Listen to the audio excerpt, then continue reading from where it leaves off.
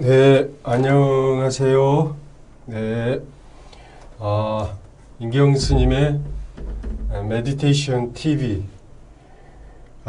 오늘을 기해서 구독자가 1000명이 넘었습니다.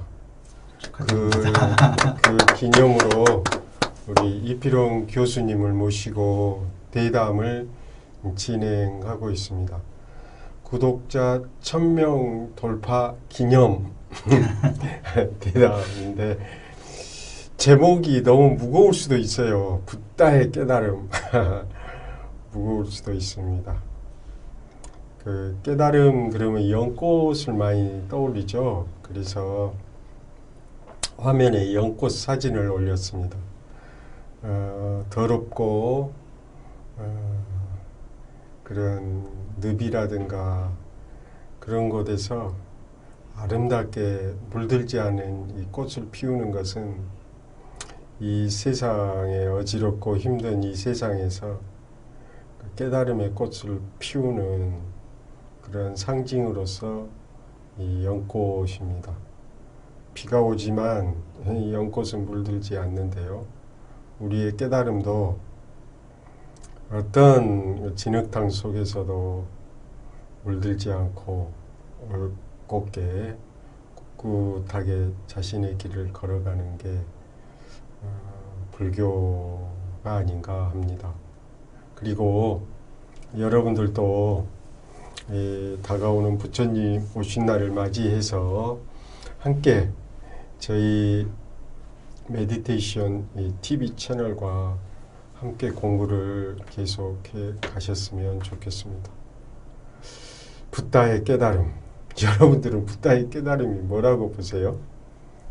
근데 이필용 교수님은 연기라고 보는 거예요. 연자가요, 한문으로 이 조건, 인연 이런 뜻이고 기자는 일어나다 그런 뜻이에요. 어떤 조건을 통해서 어떤 현상이 일어나다 이겁니다. 기독교는 세상이 창조되었다고 그러잖아요. 근데 불교는 모든 게 인연 따라서 생겼다가 인연이 닿으면 소멸한다 그랬습니다. 또 사주팔자 보시는 분은 뭐 태어난 운명이 있어가지고 그게 우리의 삶을 조정한다 막 이런 관점이 있는데 불교는 이 세상이 어떻게 돌아가냐 모든 조건과 인연에 따라서 왔다가 또 인연이 닿으면 간다. 그러한 세상의 원리를 통찰하고 세상의 순리를 분명하게 알아서 깨닫는 것을 중시합니다. 이필용 교수님이 논문에서 경전에 근거하며 부처님의 깨달음의 연기다 이런 이제 의견도 있고 또 어떤 분은 고진멸도 사성제가 부처님의 깨달음이다 이렇게 말한 분도 있고 또 어떤 분들은 중도가 깨달음이다 말하시는 분도 있고 또 중국 선종이나 우리 동북아시아 한국을 비롯한 우리 동북아시아에서는 본래 면목 우리의 본성을 깨닫는 게 깨달음이다. 그 깨달음의 내용은 우리의 본성을 깨닫는 게다. 이런 다양한 의견이 있는데 초기 경전에서는 부처님의 깨달음을 어떻게 이야기하고 있는지 궁금하시죠? 같이 오늘 그 이필용 교수님하고 나눠보겠습니다. 어떤가요? 부처님의 깨달음 초기 경전에서는 어떻게 말씀하고 계세요? 초기 경전에서 부처님의 깨달음을 이렇게 제시하고 있는 부분은 굉장히 좀 다양한 것 같습니다. 지금 스님께서 정리해 주신 것처럼 연기라고 하는 관점, 사성제라고 하는 관점, 중도라고 하는 관점 등등이 있는데요. 저는 그 해탈과 해탈지견, 우리가 아침 예불 드릴 때 오본향례 할 때 개양, 정양, 해양, 해탈양, 해탈, 직연양 했을 때 이 나오는 내용인데요. 해탈과 해탈, 직연은 이제 동시적으로 일어난다고 얘기를 하죠. 내가 모든 번뇌로부터 벗어났다라고 하는 상태가 된 순간 이미 그것에 대한 올바른 안도 동시적으로 발생한다라고 얘기를 하는데요. 저는 그래서 부처님의 깨달음은 바로 그런 번뇌의 속성을 낱낱이 알고 완전히 지멸한 것에 대한 자각, 이것이 이제 부처님의 깨달음의 내용이라고 보고요.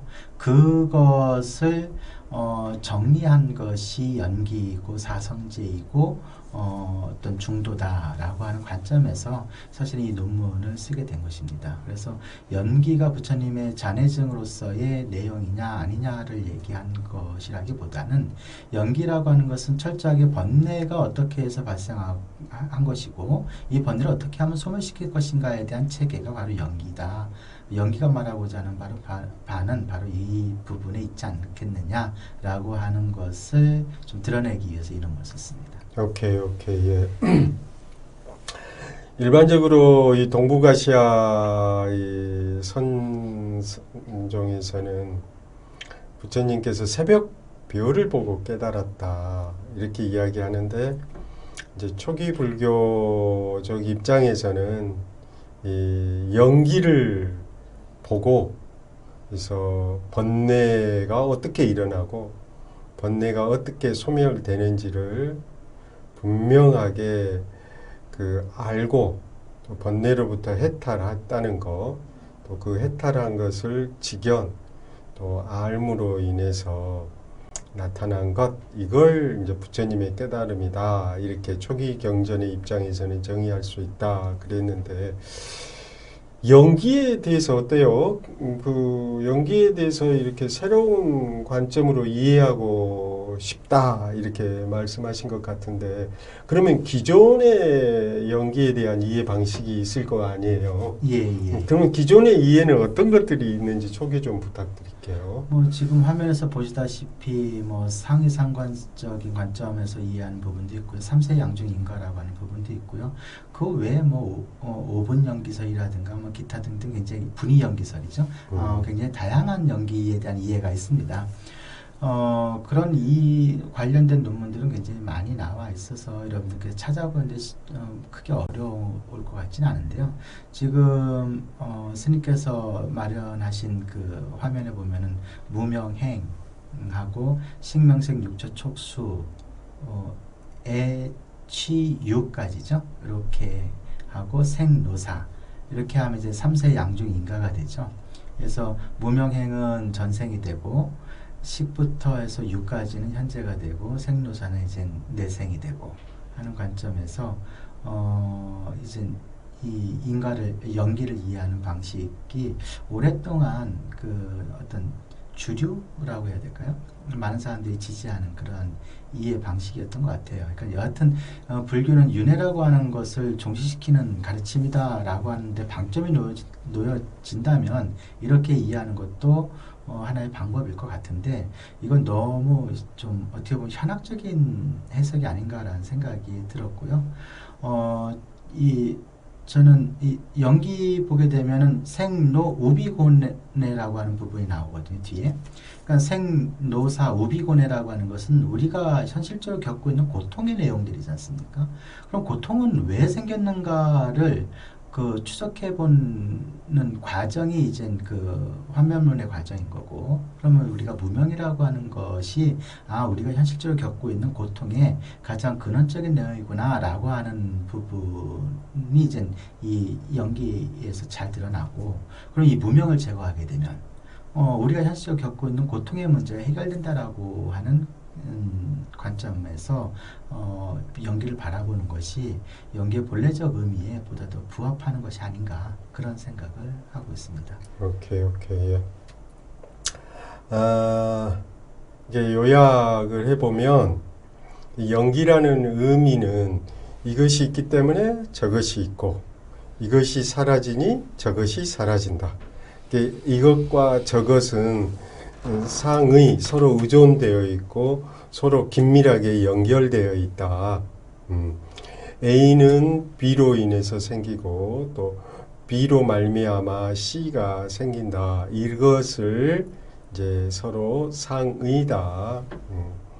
서로 의존되어 있다. 이런 건데 연기라는 말의 어원이 이렇게 상호 연기 서로 의존되어 있다. 이런 뜻에서 나온 거고 이제 아비담 불교에서는 대표적인 이제 연기 12연기 방금 말씀하신 것처럼 뭐 12개의 연기, 뭐 구지 연기, 뭐 경전에는 다양하게 있지만 그래도 정형적으로 가장 널리 이제 사용한 게 이제 12연기가 되고 그 12연기를 해석한 게 3세 양중인가다 그 말이죠. 예. 예. 이게 3세 양중인가란 말은 3세라고 하는 것이 과거, 현재, 미래 예. 이렇게 되는 거죠. 그래서 저기 여러분들 표를 보시면 무명행은 이제 과거가 되는 거고 식, 명색, 육처, 촉수, 애취유가 현재가 되는 거고 생노사가 미래가 되는 거죠. 예. 그래서 3세가 되는 거고 그러면 양중인과라는 것은 뭔 말이냐면 무명행이 원인이 돼서 결과가 식, 명색, 육처, 촉수까지가 결과가 되는 거고 다시 현재의 애취유 이 세 가지가 원인이 돼서 그 결과가 생노사가 된다는 거잖아요. 예. 그러다 보니까 인과 인과가 두 번 겹치니까 양중인과다.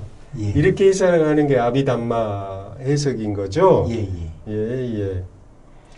그러면 이 연기에 대해서 잘 처음 접하시는 분도 있을 건데 그 무명과 행 그 의미를 좀 설명 좀 부탁드릴게요.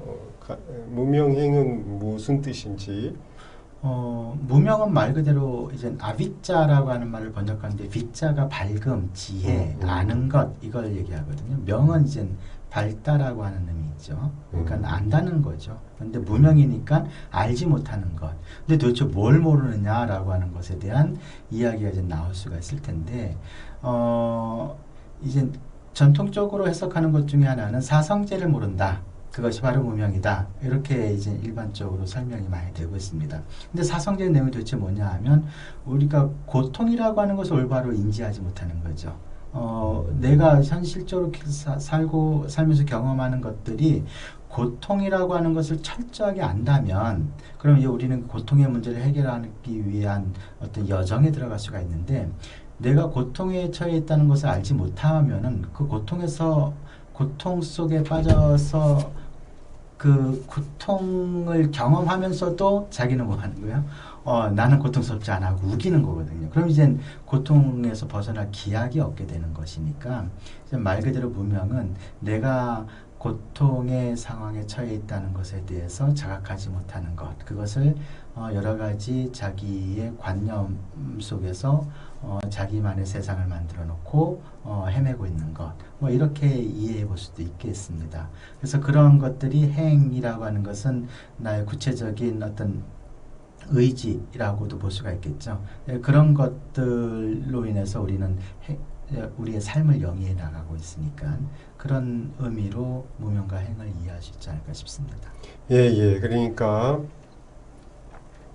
알지 못한다는 거죠.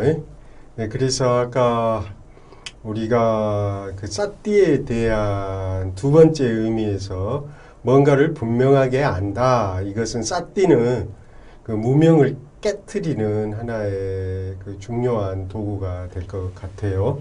그리고 자기가 알지 못하니까 충동적 행동을 하게 된다. 이런 뜻이 되겠습니다. 그래서 스스로 알지 못하는 행으로 말미암아서 그래서 무명과 충동 혹은 그 안 좋은 의지 이런 것들로 인해서 그 다음에 식, 명색, 육척, 촉수가 일어난다는데 이 부분 식, 명색, 육처, 촉수 이 부분에도 설명 좀 부탁드리겠습니다.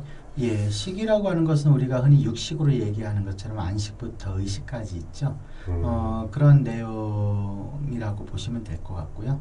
명색은 사실 요게 식과 명색은 경전해 보게 되면 명색은 무엇 때문에 일어나는가? 식 때문에 일어난다. 식은 무엇 때문에 일어나는가? 명색 때문에 일어난다라고 해가지고 이 두 가지는 사실은 상호 원인으로 작용하는 것으로 제시가 되어 있습니다. 그러니까 무명은 무명으로 인해서 행이 있고, 행으로 인해서 식이 있고, 식으로 인해서 명색이 있고, 명색은 식 때문에 있고, 그 다음에 명색으로 인해서 육처가 있고, 이렇게 나가는 거죠. 나머지는 그냥 쭉 나가는 방식인데, 식과 명색은 그런 두 가지 서로가 서로의 원인으로서 작용하고 있다라고 되어 있습니다. 그럼 명색이 도대체 뭐냐라고 했을 때, 명색은 나마루빠를 번역을 한 것이거든요. 나마라고 하는 것은 말 그대로 이름, 명칭, 뭐 정신적인 작용 이런 의미로 해석이 되어 있고, 루빠라고 하는 것은 물질, 형체 또는 어떤 그 형태를 갖고 있는 것 등등등의 어떤 의미를 가지고 있습니다. 그러면 식과 명색을 어떻게 이해할 것이냐라고 하는 것에 대해서 학자들마다 조금 관점이 다른 것 같습니다. 전통적이라고 보기는 그렇고, 오늘날 대부분의 어떤 그 번역서들을 보게 되면 명색을 그 정신과 물질로 번역을 하거든요. 그럼 식은 정신이 아니냐라고 하는 부분도 이제 언급이 될 수 있을 것 같습니다. 그래서 대표적으로 이종필 교수님 같은 경우는 식과 명색을 그렇게 보면 안 된다라고 하는 입장인 거고, 그래서 명색은 개념과 어떤 형태 이렇게 이해를 하고 설명을 하고 계신 것 같습니다. 그래서 식이라고 하는 것은 우리가 흔히 얘기하는 육식을 얘기하고, 명색은 우리가 대상에 대해서 개념 짓고 형태적으로 이해하는 것. 실한 측면에서 우리가 설명해 볼 수가 있을 것 같습니다. 육처는 그러한 것들이 이제 그 육입처라고 해서 자아관념을 통해 가지고 자기화된다라고 봐야 될까요? 그러니까는 대상이 있으면은 그것을 내가 인식한다, 내가 본다, 내가 생각한다라고 하는 것처럼 인식이 발생하는 그 구체적인 내용이 이제 육처가 되는 거겠죠. 근데 여기에는 이제 나라고 하는 자아관념이 이제 개입된 상태.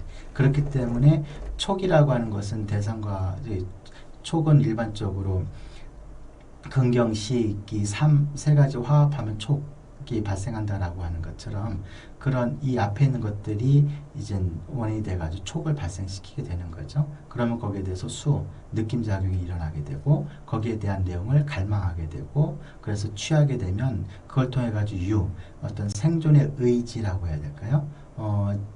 존재를 지속시키고자 하는 욕구, 이런 것들이 이제 발생하게 된다라고 볼 수가 있겠습니다.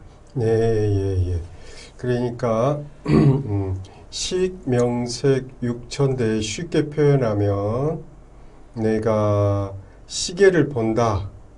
그러면은 그 시계는 명색이 되는 거고, 식은 이제 그걸 보는 의식이 되겠죠.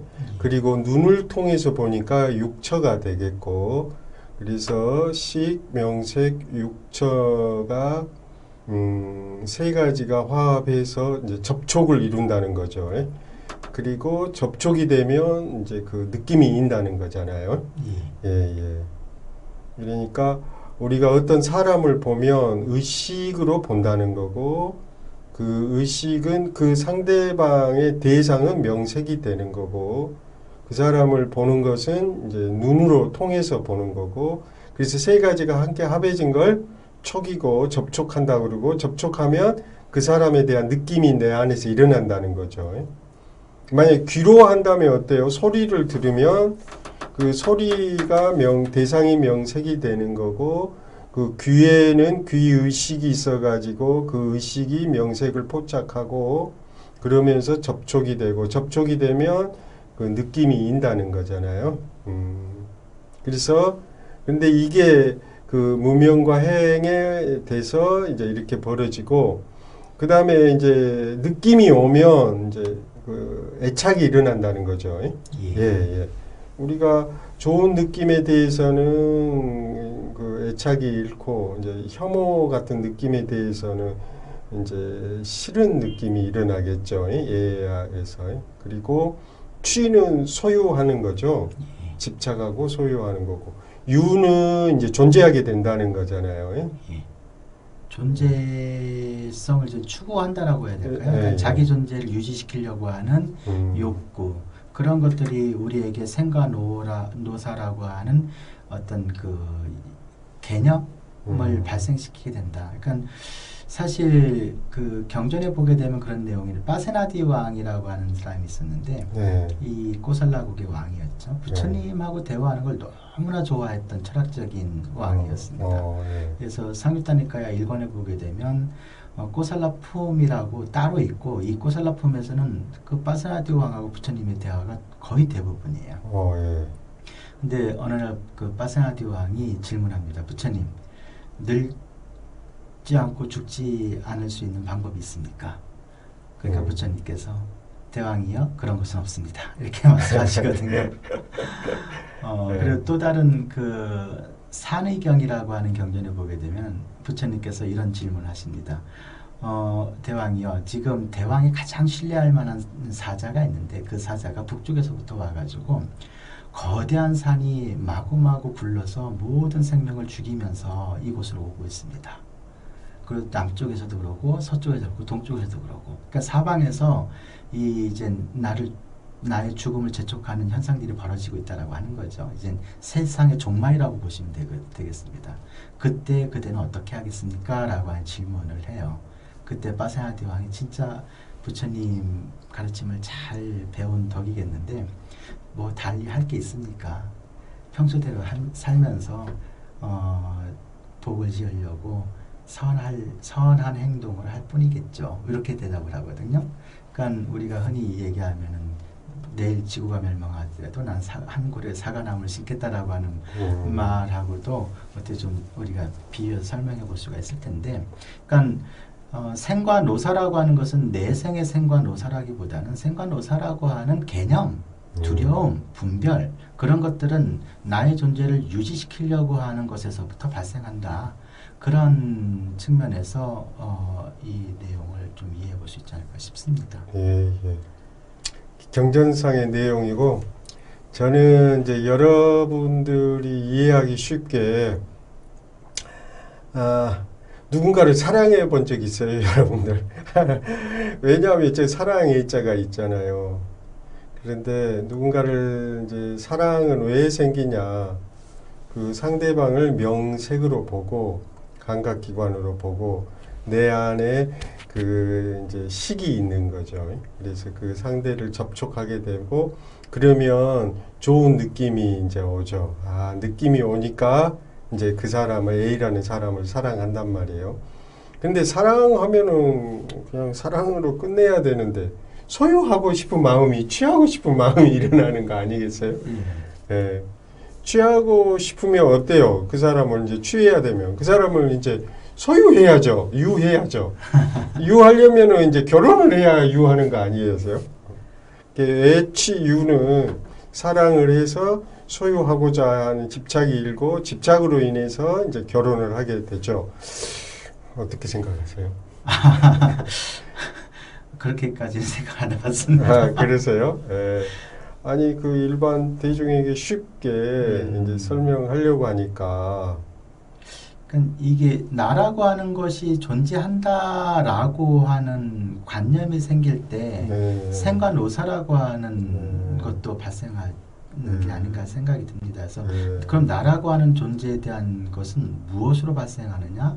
뭐 집착과 가래 이런 것들을 통해서 발생하게 된다라고 볼 수가 있을 것 같고, 저는 저 명색을 우리가 어떻게 이해할 것인가는 조금 더 좀 공부를 좀 해야 될 필요가 있지 않을까 싶기도 합니다. 그래서 아까 간단하게 명을 그 개념 혹은 명칭 이렇게 설명을 드렸던 것 같은데요. 색은 이제 형태고, 그러니까 이 세상을 이루고 있는 것은 개념이고 형태를 갖고 있는 것들이죠.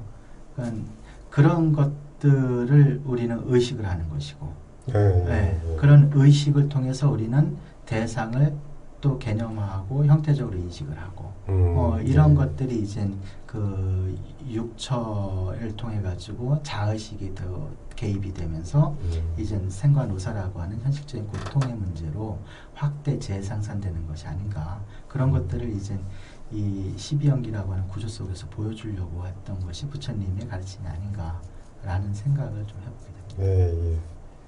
나는 이걸 그 12연기를 아주 젊었을 때 처음 접할 때 제일 이해하기 어려운 부분이 식이 먼저 있고 그 다음에 명색이 온단 말이에요. 예. 식으로 말미암아 명색이 있고 이렇게 되는 거잖아요. 예. 예, 식이 먼저 있고 명색인데 이 대목이 참 이해하기 어려웠어요. 아, 우리 같으면 명색이 먼저 있고 그 다음에 이제 식이 있을 것 같은데, 근데 이제 나중에는 왜 식이 있고 명색이 있을까 이것이 궁금해졌는데, 저 같은 경우는 먼저 식이 있고 이 식이 명색을 포착한다. 이렇게 이해가 되면서 저는 그 갈등을 넘었고, 그러니까 식이 먼저 있고 바깥 대상을 포착한다. 근데 우리의 평소는 바깥 대상이 있으니까 내가 본다 이런 입장인데, 여기는 먼저 식이 있고 그 다음에 바깥 대상을 포착해서 개념화시키고 형상화시키지 않냐.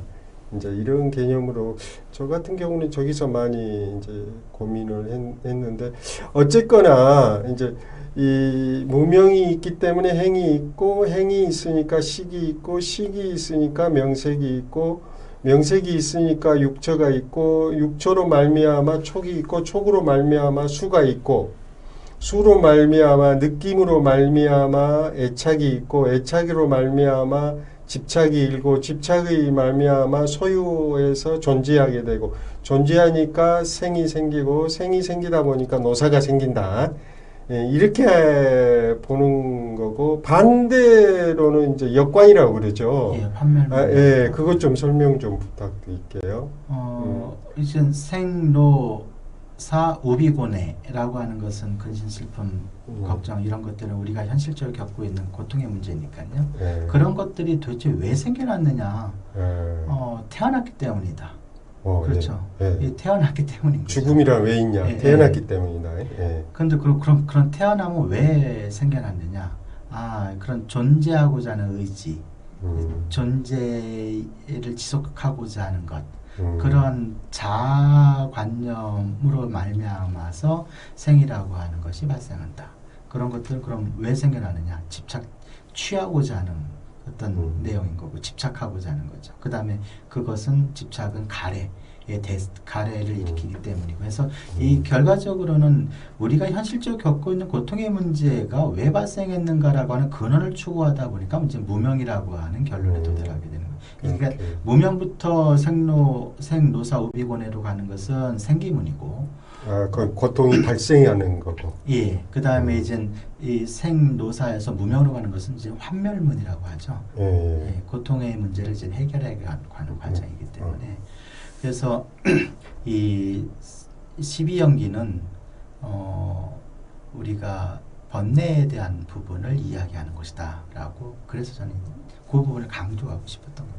오케이, 이해됐어요. 그러니까 우리가 기존의 아비담마 불교가 너무 3세, 양중, 인과 이런 쪽에 초점이 맞췄는데, 이 연기라고 하는 것이 부처님의 깨달음의 내용이라면 부처님이 이 연기를 그 역관도 해보고 순간도 해보면서 번뇌가 어떻게 생성되는지, 또 반대로 번뇌가 어떻게 소멸되는지를 자각하고 통찰하면서 깨달음을 얻었다, 이렇게 설명이 가능한 거잖아요. 맞아요? 예. 그래서 그 초기 불교에서 나오는 성인론을 보게 되면 이젠 그 우리가 아라한이라고 얘기를 하지 않습니까? 네, 예. 그 아라한은 사실 붓다랑 동의어기 때문에 아라한이 됐다라는 소리는 사실 부처가 됐다라고 하는 말과 같은 의미가 되죠. 그럼 아라한이 되기 위해서 뭘 해야 되느냐? 오하분결과 오상분결, 즉 10가지 번뇌를 끊어야 된다고 나와 있거든요. 그러니까 우리가 깨닫는다라고 하는 내용은 우리에게 정서적이고 이지적인 내용의 번뇌를 완전히 우리가 해결했을 때, 그것에 대한 정체를 완전히 파악했을 때, 그것으로부터 우리가 완전히 해방되었을 때 우리가 이른바 깨달음이다라고 하는 것을 얘기할 수가 있지 않을까 싶습니다. 그래서 그냥 깨달음은 이해의 차원이 아니고 체험의 차원이다라고 얘기하는 것이 우리가 근심 걱정을 안고 있다가 근심 걱정이 어느 날 해소가 되면 경험하는 것은 이해의 차원이 아니고 우리 몸이 경험하는 거지 않습니까? 그런 것처럼 우리가 번뇌도 이것이 완전하게 해소가 되면 번뇌라고 하는 것이 이해한 차원이 아니고 이걸 몸으로 이제는 완전히 깨닫게 된다, 체험하게 된다라고 보고, 그래서 이 번뇌가 불교가 문제시 삼고 있는 가장 핵심적인 내용이 아닌가. 그것을 체계한 게 연기다. 오케이. 그러니까 연기법은 그러니까 연기를 새로운 관점에서 이해하자. 이제 이필용 교수님은 이제 그런 입장이잖아요. 그 새로운 관점이라는 게 딴 게 아니고, 연기라고 하는 것은 번뇌의 그 원인을 규명해 주는 거고, 예. 또 번뇌가 어떻게 소멸해 주는지를 설명해 주는 이 기본적인 그 프레임이 연기다. 예. 오케이. 그렇기 때문에 이 연기를 바라보는 것을 그 수행과 연결시켜서 이해해야 되겠다. 예. 그렇지 이론 따로 수행 따로가 아니라 수행의 관점에서 이 연기를 보아야 철저한 깨달음이 되지 않느냐 이런 입장 같은데요. 예. 그 부처님의 최초 제자 가운데 한 분이 아사지 존자라고 하는 분인데, 이분 덕분에 이제 우리가 흔히 알고 있는 사리푸타 존자가 이제 부처님의 제자가 되지 않습니까? 사리푸타 존자가 산자야라고 하는 분이 제자로 있으면서 어느 날 길을 가다가 아사지 존자가 오시는 걸 보고 다가가서 오시는 걸음걸이만 보고도 반한 거죠. 어떻게 저렇게 훌륭한 분이 있을 수 있을까? 그래서 가서 당신은 누구의 제자입니까? 라고 하니까 저는 부처님의 제자입니다. 라고 대답을 하고, 그럼 부처님께서 무엇을 가르치십니까? 라고 하는 말에 이 아사히 존자가 아주 간단하게 얘기를 합니다. 우리 스승께서는 모든 것의 원인에 대해서 말씀하시고 그 원인의 소멸에 대해서 가르치십니다. 이 한마디에 이제 사리푸타 존자가 이른바 이거는 그리고 이제 부처님의 제자가 되는 출가를 하게 되거든요. 그러니까 그 내용도 보게 되면 원인에 대한 발생과 소멸, 이건 바로 이 번뇌에 대한 내용인 거죠. 우리 존재에 대한 내용인 거고, 그것이 바로 이제 이 풀어놓으면 12연기가 되는 것이고, 그걸 간단하게 얘기하면 지금 말씀한 그 아사히 존재의 말씀처럼 그렇게 되지 않을까 싶습니다. 그러니까 어떤 종교는 그냥 믿어라 이러는데, 우리는 그 부처님께서는 번뇌가 있다면 그 번뇌에는 반드시 원인이 있다는 거고, 또 그 소멸할 때도 소멸할 만한 그런 근거가 있다. 이런 점에서 불교는 참 과학적이다. 이런 점에서 그 불교는 과학과 잘 어울리고 서로 모순되지 않고 그런 점에서 아주 크게 장점인 것 같아요. 예.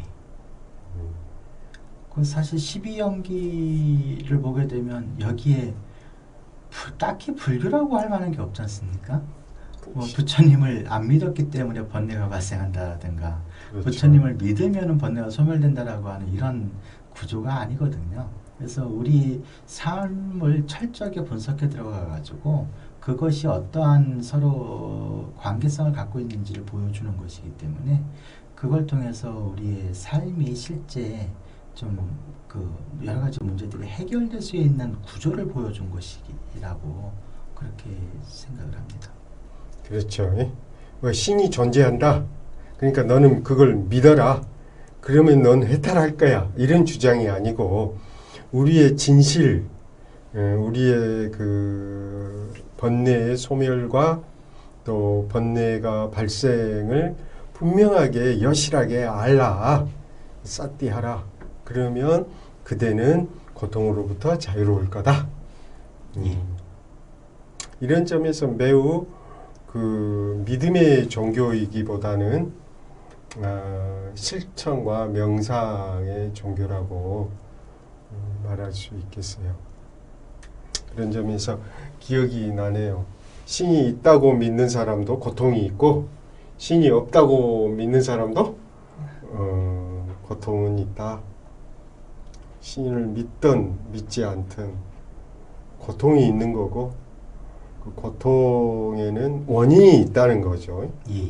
그리고 그 고통은 그 소멸하는 방법이 있고 그 소멸이 될 때, 고통으로부터 소멸될 때 우리는 깨닫는다, 깨달음이다 이렇게 말할 수 있다는 거잖아요. 예, 감사합니다. 그래서 이번 그 5월 30일 날 부처님 봉축 오신 날은 부처님의 깨달음, 또 부처님의 그 말씀을 다시 한번 새기면서 여러분들께서도 불교의 취지와 지향점이 어디에 있는지 다시 한번 확인했으면 좋겠습니다. 연꽃을 밝힌다고 하는 것은 우리의 어두운 그 무명을 밝힌다는 상징적 행위입니다. 그렇지만 실질적으로 자기 내면을 관찰하고 명상 수행을 할 때 그 봉축이 되는 것입니다. 5월 30일 날 가까운 절에 가셔서 그 연등도 다시고 또 내 마음을 밝히는 구체적인 그런 수행을 하시기를 이렇게 권하면서 오늘 그 이필용 교수하고의 두 번째 대담을 이걸로 마치도록 하겠습니다. 먼 길 경주에서 여기까지 올라와 주셔서 감사드립니다. 감사합니다. 네, 즐거운 하루 되세요.